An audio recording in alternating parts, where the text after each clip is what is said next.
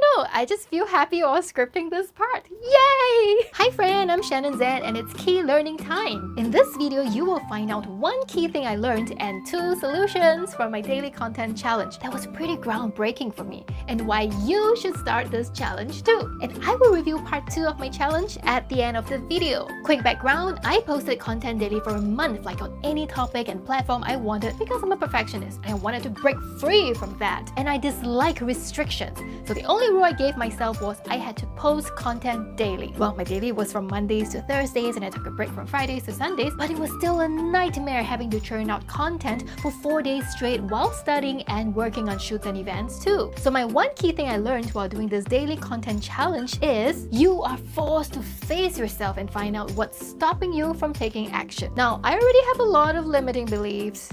Your content is not good enough. Nobody wants to read or watch your stuff. It will take up too much time. You are better off doing other things. Which is not true, by the way. And especially when it comes to shooting videos, which is something I really want to continue doing, what has been stopping me was, oh my god, I have to change into my contact lens. I have to find some nice clothes and spend another 30 minutes to do my hair and my makeup just to shoot one video. Oh, I'm so tired already. Oh. Well, the thing is, I knew that long ago, but I refused to acknowledge it. And now I had to face up to it in this challenge. So my solution? Heck the dolling up part. I mean, I don't have to look gorgeous as long as I look presentable. I think that's okay, right? Right?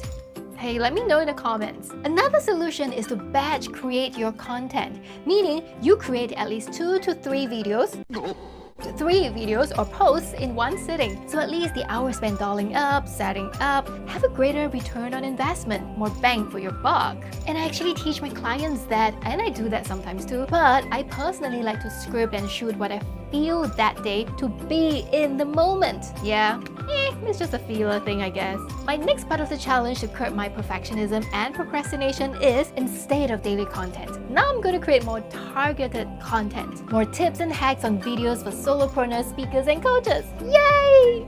What are you so happy for? I don't know, I just feel happy while scripting this part. Yay!